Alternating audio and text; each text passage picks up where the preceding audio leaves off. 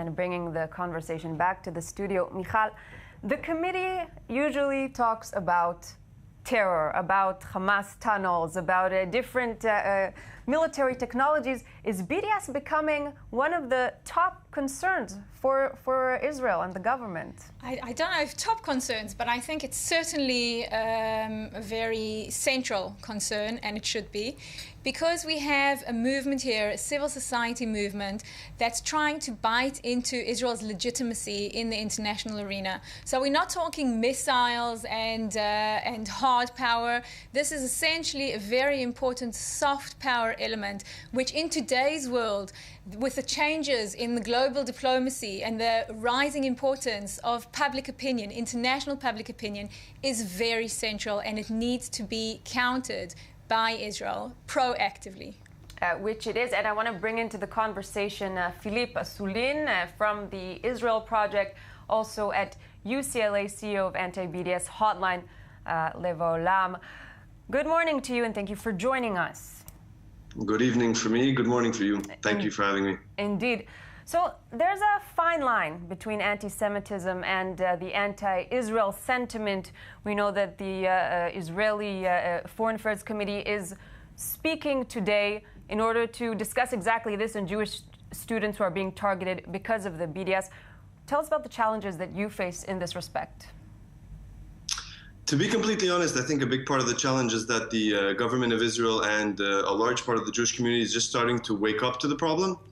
BDS is a name that's been given to a phenomenon that's existed for at least 30 years of systematically mass-producing hostility to Israel on campuses. There are organizations such as the one I work for that I think have a very good understanding of the problem, and we're starting to really operate in different and new ways. But for me, the biggest challenge has been trying to get the Jewish community and certain leaders in Israel to pay attention. And I think that's changed, thankfully. I think the people who are leading Erdan's ministry are very much focused, finally.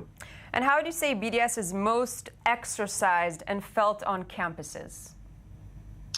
The campus is just the medium for them to get their message out. The real problem is in terms of public opinion and public opinion of the next generation of liberals and progressives. On campus, it creates an atmosphere where Jewish students basically have to choose between being proud of who they are as Jews or fitting in. And most will choose fitting in that situation. Philippe Assoulin, an international relations expert at UCLA. Thank you very much for weighing in. And Michal, taking a step back and looking at the BDS movement as a whole, because today it's common knowledge, what are the roots of this movement and who are the organizations behind it, in fact? Well, it's a question of questions. We don't really know who the organizations that are, or who it's funded by. There's a lot of different speculations, and we do know that there are over 170 pro-Palestinian organizations that signed up to the initial call in 2005. But since 2005, this movement, it's not even one organization, it's a global movement, has evolved, and it takes different forms in different countries. BDS in South Africa is not BDS in the UK, which is not BDS in the US. So it's a very widespread and different phenomena. Absolutely, and we spoke earlier to Member of Parliament Sharon Haskel. We know the Israeli government has allocated many funds in order to fight this phenomena, which, as you say, we're not even sure who is behind it. Embassies, Israeli embassies across the world have a separate budget for BDS. Do we know of results in this manner? Do we know if the ideology is being affected, or if more and more people are actually buying in to the ideology driving the BDS movement? Look, this is something that has to be assessed over a period of many years. It's not something that we will be able to assess immediately. We can measure successes, short-term successes, legal successes, and so forth. But this is something that is an ideology. They're going forward 5, 10, 15 years. And this is why here in Israel, we also have to get into the mind frame of thinking long-term, not only looking at short-term successes, but dealing with the ideology, looking at Israel in the long term. Where are we going? Where are our policies taking us? And how do we deal with international public opinion that BDS is trying to turn against Israel? It's something that is very complicated, intricate, and the manner in which to deal with it is multifaceted. You can't have, we're seeing now the issue of deporting specific activists. This is something that has to be taken into account into a much larger strategic mind frame. Right, legal means, but also public opinion means. I also want to bring into the conversation someone who has taken the fight against BDS to a whole new level, Nati Rom from Lev Ha'olam. Tell us about this new hotline that you have activated recently.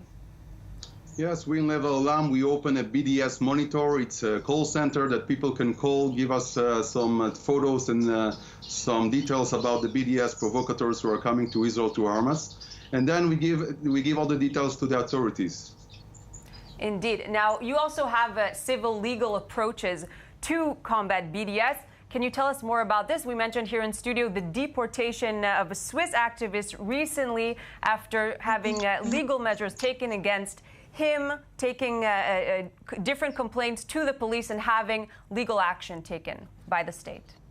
Right. We in Lev Ha'olam in the last 3 years, we don't leave the international arena to the BDS activists.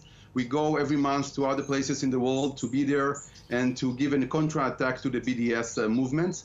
And now with the call center, we are reacting to the call of the Minister Ardan to do whatever we can to locate and to find those BDS people who are coming in a tourist visa to Israel, but they are actually they don't come to tourist Israel.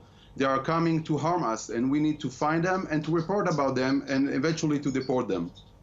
Nati Rom, I want to thank you very much for joining us this morning.